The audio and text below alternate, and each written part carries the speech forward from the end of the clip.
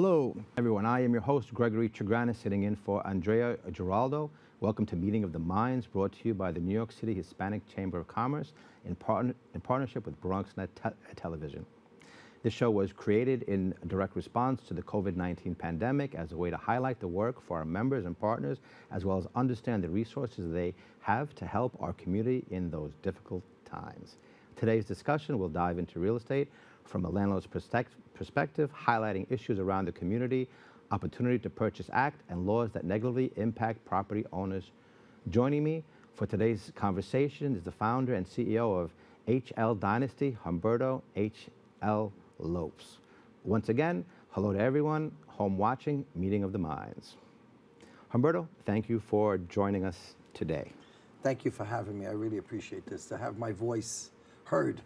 Well, it's a voice that needs to be heard. Correct. And it's a voice that's backed by experience, Yes. which I think is very much lacking in a lot of the legislation that's being offered in our society today. Mm-hmm. All right, so now, we definitely have some clips available, but one thing that I'm going to emphasize is that you started an organization called Gotham Housing Alliance. Yes.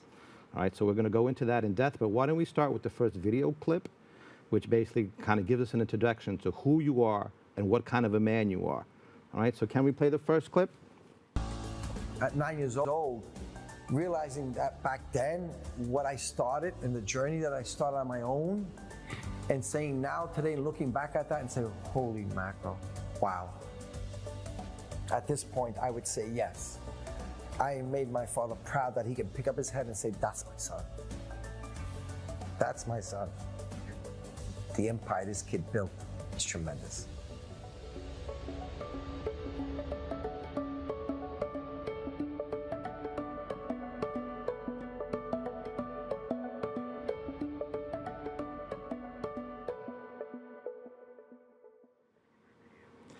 All right, so that was a little introduction. Yes. And you know what, I follow you. You have a large social media presence, Mm-hmm. all right? And there was one individual that kind of got you emotional, all right, when he basically accused you of being a trust fund baby.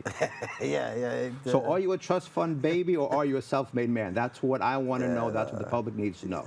No, I am nowhere near a trust fund baby.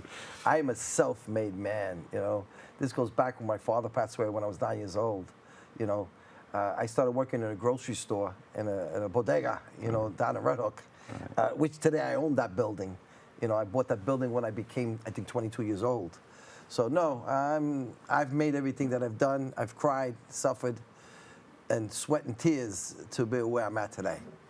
All right, I think that's important, and another thing that I want to say is that I do hear a lot of times, a lot of our elected officials, they say, well, the laws that we're implementing are not hurting Latinos, minorities.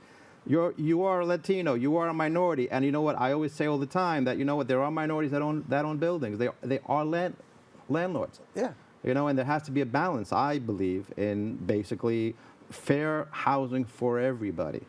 100%. I don't disagree. I'm Portuguese and Puerto Rican. So, immigrant, minority, all those boxes you can check off. But what I've done in my life in all the years that I bought my property, I bought my property, I was 19, 20 years old, my first piece of property. So can we do that today? That is another issue. So you know what, why don't we take your advice in legislation in order to figure out how it can be done today? Because I'm sure that, you built an empire of over 100 buildings, is that correct? Sure.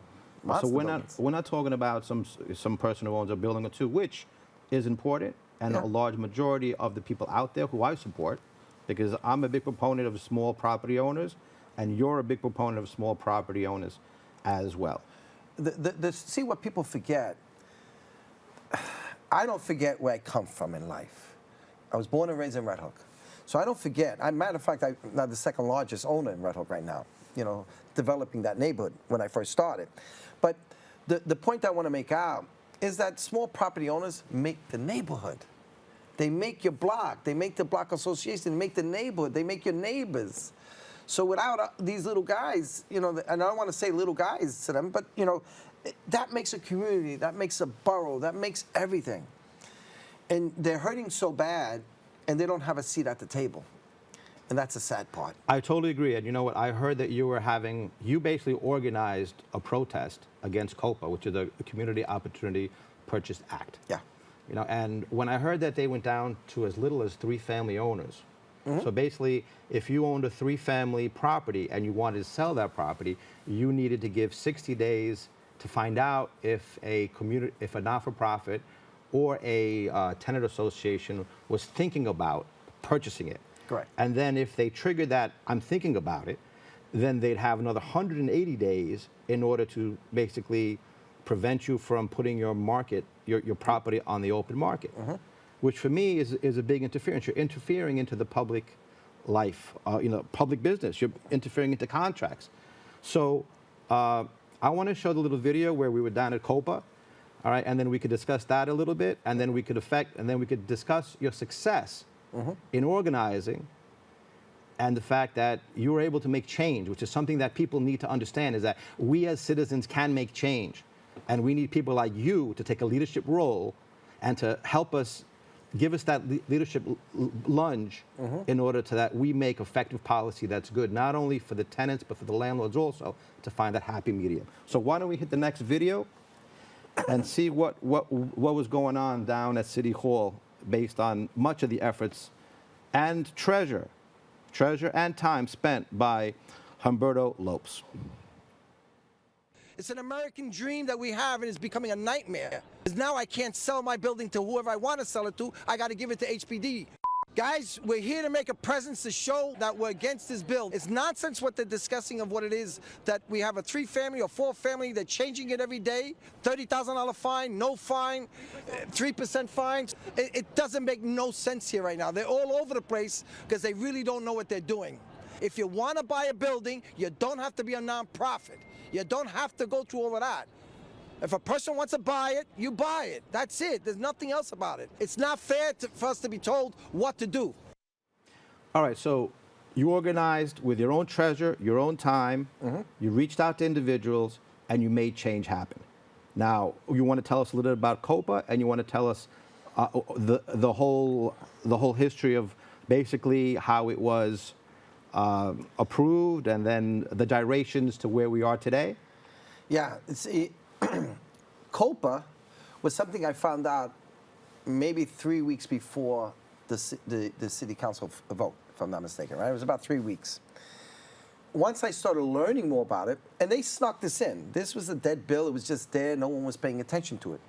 But I don't know exactly who was it that brought this to life and sluck it into the list for it to be voted on. Can I interject for a second? Sure.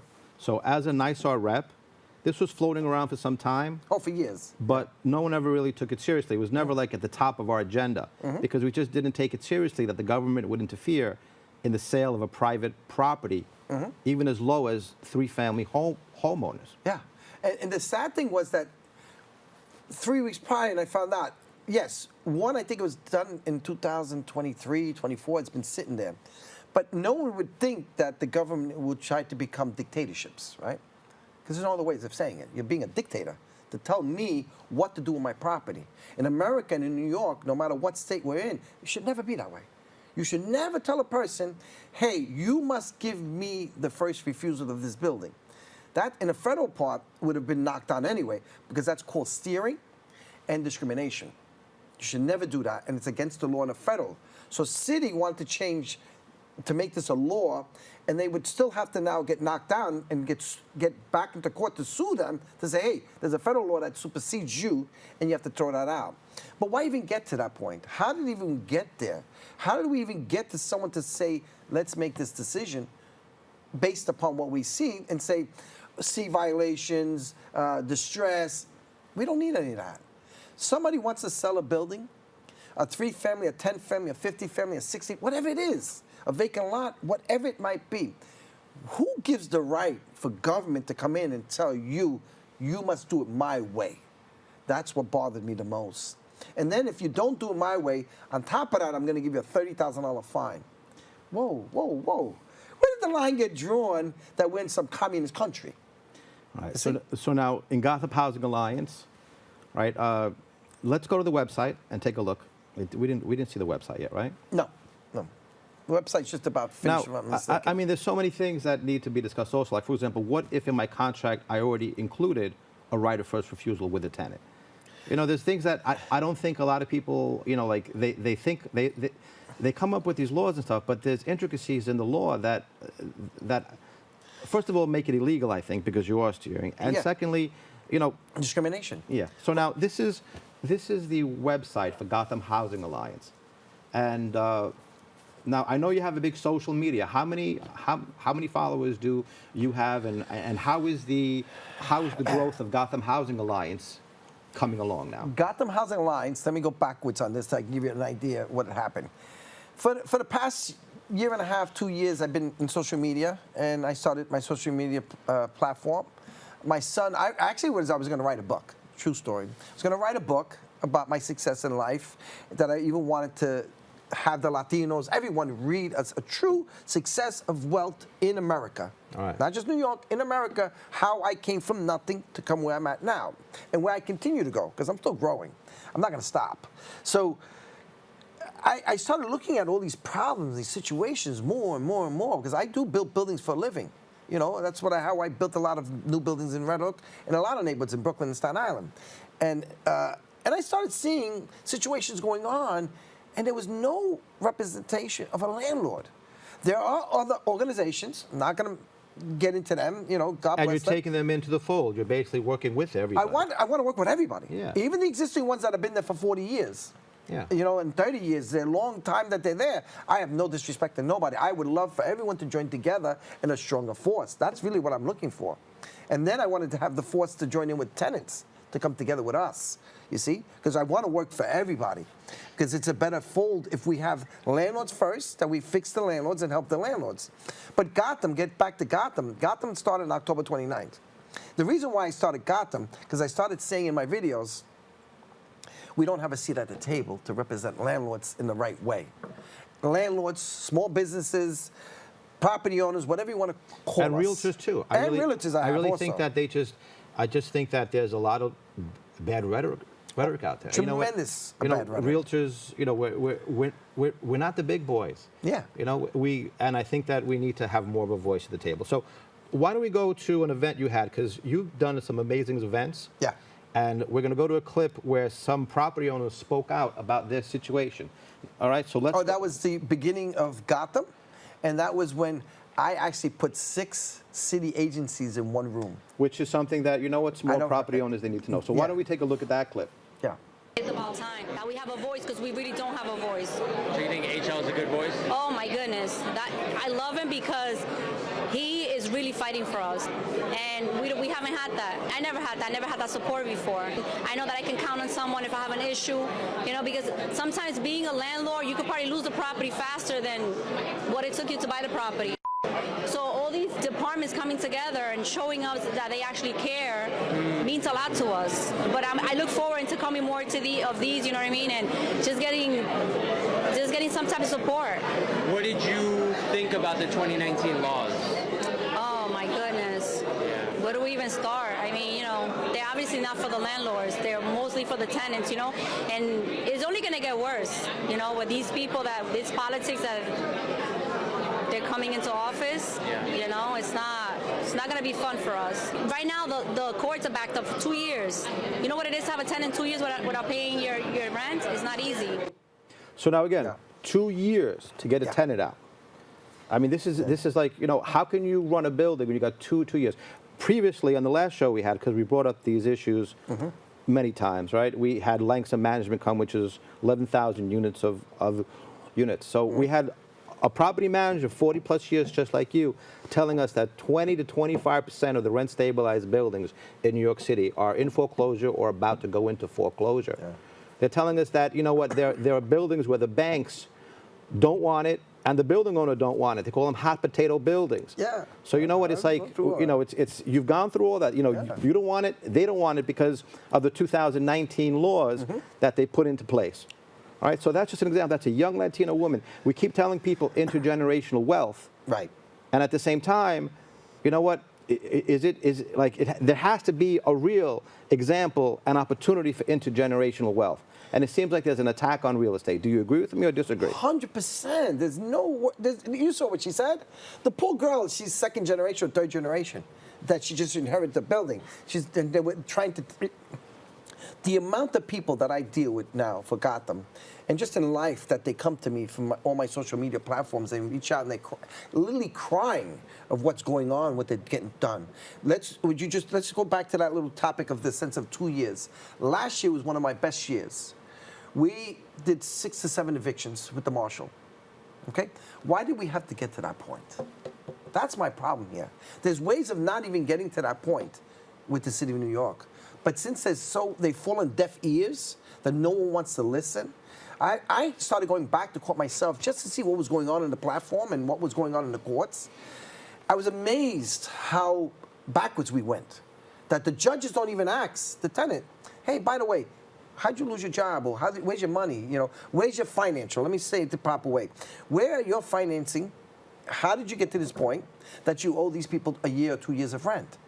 And then how, if we give you the one-shot deal, right, or whatever program they give them, how do you continue paying the rent? These questions are not asked. These questions are paid, some of them, and some of these people don't even get paid because they've done the one-shot deal so many times. I've had that already with 2 of the tenants that got thrown out. They did the one-shot deals 3, 4 times. And I inherit these people. When we bought the buildings, you inherit whoever you have in there. Right. Nothing you can do about it. I'm not throwing them out, but they stopped paying their rent. We find out, the courts find out, they had already did 3 to 4 one-shot deals. He said, no more, you're out. So the marshal came and threw them out. I took possession of the apartment, and that was it. But there are so many things that are going on that some people say we should change the laws in the tenant and landlord housing court. No, the laws are there already. There are so many laws that are existing, but they're not, how do you say, enforcing the laws. The judges are not enforcing the laws. That's the God honest truth. So they're supposed to hear cases within a few days. They're supposed to make decisions right away. They don't need to prolong. That's another biggest problem in the topic of small landlords and some big landlords too. And there's some big family landlords that have the same problem that the little guys got. The guy with the 3 family. Can I mention, for 20 plus years as a broker, I was very fortunate, and I actually would sell sponsor units for a large property manager called Max Properties. They decided to stop the management business. An experienced property manager raised their hands with quality buildings. They said enough is enough. Now we're hearing, like, I heard the other day that I think if you get accused of income discrimination, yeah. I believe they want to fine you $125,000 as a realtor. $125,000. It's like the average realtor is making pennies. My brokers and my associate brokers are making pennies. You've got 20% that dominate the market, the full-time agents, and then you got people who are trying to get extra food on the table to make a couple of sales. And it seems like they're the enemy. They do a couple of sales a year. They put an extra $5,000, $10,000 in their pocket. They're able to send their kids to private school or to camp or do something good or send them to art lessons or something. Those are the people that we're attacking. It's the little mom and pop little real estate brokerage that rely on the rentals, right? Some of the stuff that we're doing, we watch the rentals. Some of our brokers, some of my agents that are doing it, I watch what they do because we don't want to have problems. Yeah, of course, we don't want to have problems. There's no need to rent. You want to do the right thing, but also everyone seems to be pointing the finger at the landlord and the realtor. You got everyone, and it's so easy to make an accusation. Yeah, we had discussed before. Like I had a client who, after she was rejected from an apartment, she went online, she paid $100, she got a dog letter saying that it was a special need dog, and then she, just for the fun of it, put a complaint in, and then I had to sit there and I had to prove the timeline after she was rejected, the pet. But you know what? That's time. It's a threat. Yeah. It's a constant. You have the Attorney General looking after you. You've got human rights looking after you, and it seems like everyone is just attacking. But they also got to understand that when you sell a building, when a realtor sells a building, the amount of revenue that we're giving into the coffers is just tremendous. Yeah. State transfer taxes, city transfer tax, mortgage transfer taxes. 2%, 1.5%. It's people don't realize when there's a real estate transaction, how much the government walks away with. Yeah, they walk away with more than the realtor. Yeah. Oh, it's sad. Here's a sad part in a sense of also what I don't like about that, and since we're on that topic, people do not realize that the state gets 2% of the sale or 1.5% of the sale, depending on the building or what you're selling. That check is cut out at the government right there and then. Right. Does anyone ask the government, what do you do with that money? Where's that money at? We generate a lot of money, and Yeah. you know what? They turned a lot of realtors into the boogeymen. Yeah. And landlords also. Why don't we see the next clip? Because we could talk about this forever. It's typically viewed that we are against each other. Yes. But I've had a great conversation with HL today about how renters and landlords can come together to make housing in New York City better. Ultimately, we want the same thing. Yes. Affordable, high-quality 100%. housing where renters are happy 100%. and they're getting their issues responded to. And that's why I love following your content. My wish and my hope is that landlords and tenants are coming together to actually solve problems and not just complain, which is why I love that you put together this event, because this is a solutions-oriented event, not a complaining session, which I love. I just started my coalition today. Gotham Housing Alliance. That is to get all these landlords together fighting the 2019 law. The law that's in place right now has ruined the industry for us, right? So I want to modify it. I think the key word that you just said is modify. I think most renters are going to be supportive of small modifications that are actually going to help them get access to more housing. You can join in with me, Yes. and I'll join in with you, that I can modify that law. Yeah. And once I modify that law, I can get you 700,000 to 800,000 apartments within a year's time. All right, so that is an example of someone who's a tenant advocate, has a big social gathering, and I love the fact that you gathered a lot of the social media people, because that's the new communication to get the word out. So now you also have tenants joining your organization. Why in the world would a tenant join Gotham Housing Alliance? It's crazy, but they know what we're based upon. And what is our foundation about? It's to help everyone, right? So if we help the landlords, we help the tenants. That we treat them as good as everyone else. So basically, if you don't help the landlords, and this is another thing with administration that we have today right now, is not helping the landlords. See? The landlords are going through a hell of a lot. We're just about to get now another 7 to 8% increase of property taxes, and maybe more. Even some of my properties are going to go up 40%. And let's not forget Con Ed, what is it, 9% for gas and 6% for electricity? Electricity. Here we are now trying to make things affordable. But getting back to the tenants, let me answer that question the right way to where I'm looking at it. She's a big advocate for tenants. Igloo, Open Igloo, I think it's called. She came to the event. She was following me in social media, and she saw what I was doing, and she saw that I was really for both sides. You know, I'm not just fighting for one side. I'm fighting for both sides, for both of us to get together as one, and then we can understand each other and what's going on. The more tenants are starting to understand what's going on, that the reason why the rents keep on going up is because of the property tax, and the rents are going to go up now again this May, because the property taxes that are coming to me, I got some of my buildings going up $30,000 increase. From the 80, 90,000 I'm paying. I don't get it. It's just really you're doing something that, and the assessments of the values to things, they're not there. So now I have to, do a challenge to the property tax to now drop it down and to start that fight. Most of the time they fall on deaf ears. Nobody listens to that. Right, and you keep on going back and forth on it. I'm a product of the South Bronx. Right? I'm 57, 58 years old. So we moved out when it started to fall apart because of similar issues. And I just don't want us getting back there again. A lot of people say, "Oh, these guys are bluffing," this, that, and the other thing. But the stats. But so it's just real. And you know what? The tenants also. Everyone has to come together and make logical decisions. But I just feel as if the landlords aren't at the table, and I think that's the role that you've taken.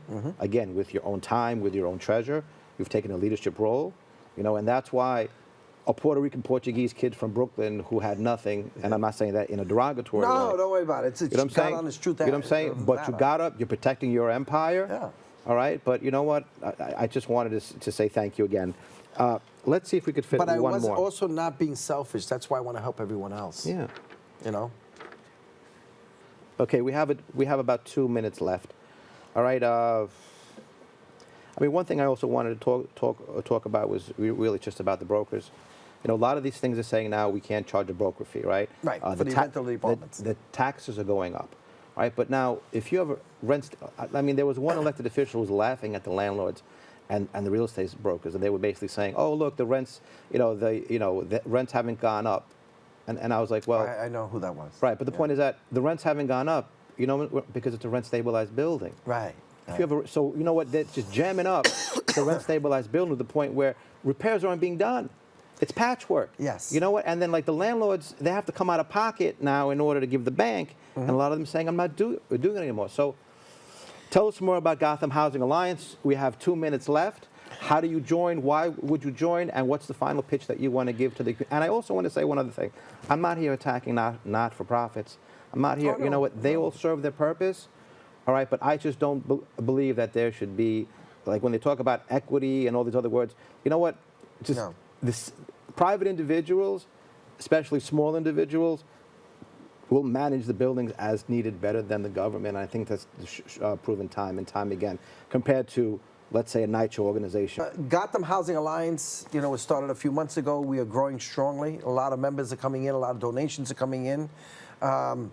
You can go to my social media page, but you can go to my website. I mean, for Gotham Housing Alliance already. What we're doing there is getting a seat at the table, that we can take over the table and now help everyone and take control of things, that we're not going to allow for laws to be passed and things to be done without our knowledge and our respect, with our input to it. So, Gotham is fighting 3 things right now, which is the 2019 law that we want to see if we can amend that. We're fighting the tenant and landlord housing court to, join in just for them to do what they're supposed to do, their job. Okay, we got 30 seconds. I think you had your last pitch. Yeah. Please do put up the website. Yes. And again, we just want to make sure that the people who are experienced are at the table making the decisions. That's right. All right. For both. All right, so again, maybe I was a little bit more towards the landlords today, but I don't think I was. It's just something that needs to be said. Yeah. We thank everybody and all the not-for-profits out there for all the good work they do. Yes. And I think that's going to wrap up our show. So thank you for coming. Thank you for your initiative. All right, and thank you for having me. I mean, it's a pleasure that my voice can be heard and more people can hear what's going on and let the facts speak for themselves. Okay, so thank you for your time and thank you for coming in today. Yeah, thank you. Bye. All right. Unfortunately, that's all the time we have today. I want to thank our guest, Humberto Lopez, for sharing his organization, his experience, and his passion. Yes. Thank you. Thank you for joining us, our viewers, for tuning in and checking us out. Keep following BronxNet TV for continued coverage. If you're not a member of the Hispanic Chamber of Commerce, you can visit us at hispanicchamber.nyc. You can also engage with us on LinkedIn at the New York City Hispanic Chamber of Commerce, all spelled out. I'll see you another time for another episode of Meeting of the Minds in partnership with BronxNet. See you next